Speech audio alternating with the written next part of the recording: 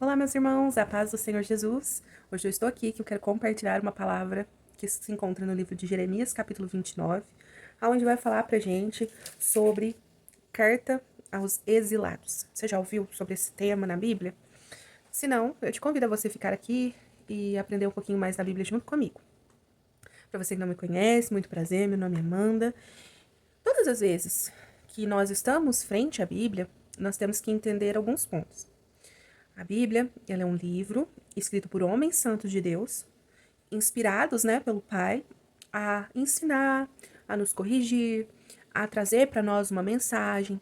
Porém, para todo texto há um contexto. Então, nós não podemos querer abrir a Bíblia e achar que um versículo separado ele vai falar comigo. É por isso que muitas das vezes algumas pessoas falam: eu leio a Bíblia, mas eu não entendo, por isso que eu nem leio.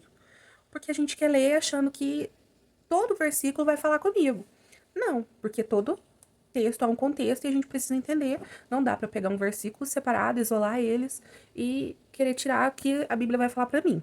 Lógico que o Espírito Santo, ao qual Jesus deixou sobre essa terra, ele é o nosso auxiliador e ele sempre trará uma mensagem ao nosso coração, uma mensagem de força, superação, repreensão, que são as correções, mas assim, nós sempre temos que entender a Bíblia com essa visão também.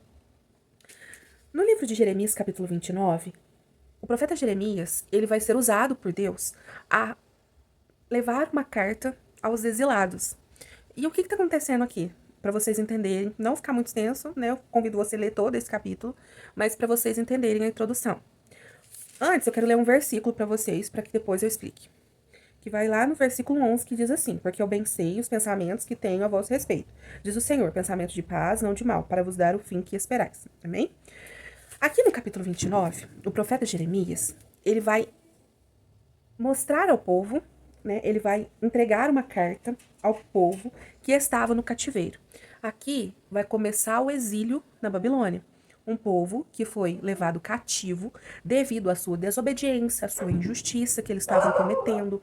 E essa desobediência era por conta do quê? Da idolatria e a injustiça. Talvez você pode pensar assim: nossa, mas Deus permitiu isso? Sim. O próprio Senhor vai mostrar pra gente, lá no versículo 4, que foi ele mesmo que vai falar assim, ó, no finalzinho: os quais fiz transportar de Jerusalém para a Babilônia. Ou seja, o Senhor estava permitindo. E isso não era por maldade que o Senhor estava permitindo esse exílio, mas sim para que o povo viesse ao arrependimento. E mesmo durante todo esse processo difícil, o Senhor estava cuidando, o Senhor estava trabalhando, o Senhor deu instruções aqui nesse capítulo.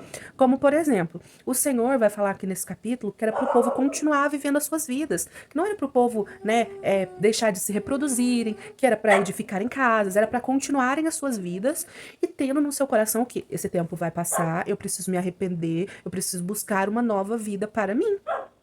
E o que isso, talvez você vai se perguntar, se aplica à minha vida, Amanda? Porque muitas das vezes nós estamos passando por momentos aos quais o Senhor permitiu que a gente passasse, mas Ele tá cuidando, Ele tá trabalhando. E são momentos que não é pra gente se cobrir de pano de saco, vamos dizer assim, e ficar entristecidos, mas que é pra gente continuarem as nossas vidas com as forças ao qual o Pai vai nos dar, Porque a gente crê que esse tempo vai passar.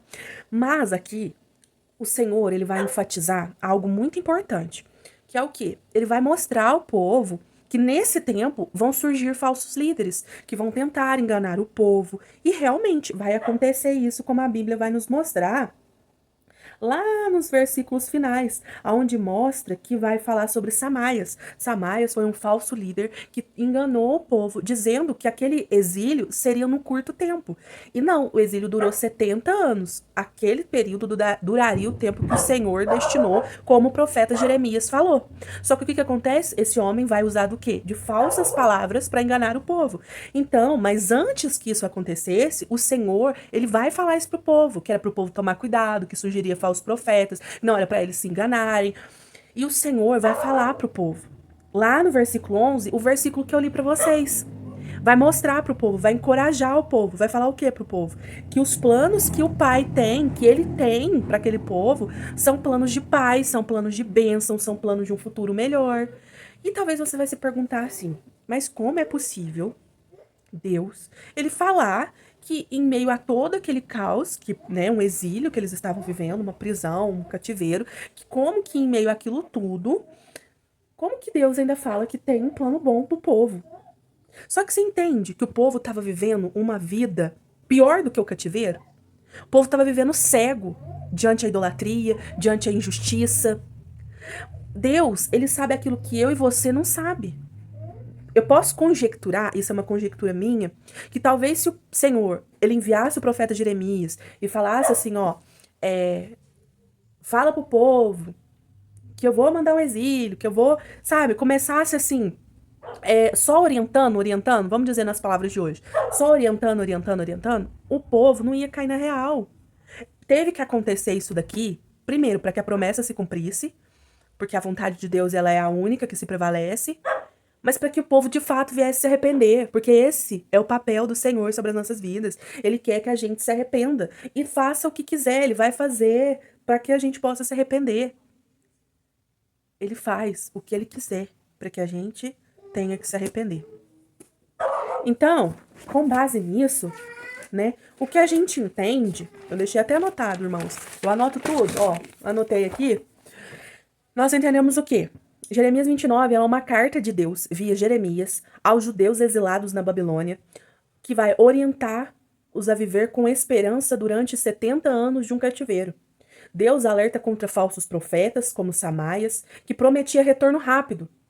Só que o povo viveria 70 anos para que, de fato, aquela restauração viesse a acontecer. O exílio, ele não simplesmente acontece porque Deus é mau. Ele acontece porque o povo pecou. O povo estava diante de sua desobediência, diante da idolatria. Os líderes falsos e suas famílias, eles enfrentaram consequência. Apesar do julgamento, Deus mantém planos de paz e de restauração para o povo. Então, assim, aplicando hoje, eu quero dizer para você que eu não sei em qual momento da tua história você está vivendo agora. Talvez você está vivendo um período de paz e que continue assim, que o Senhor permaneça.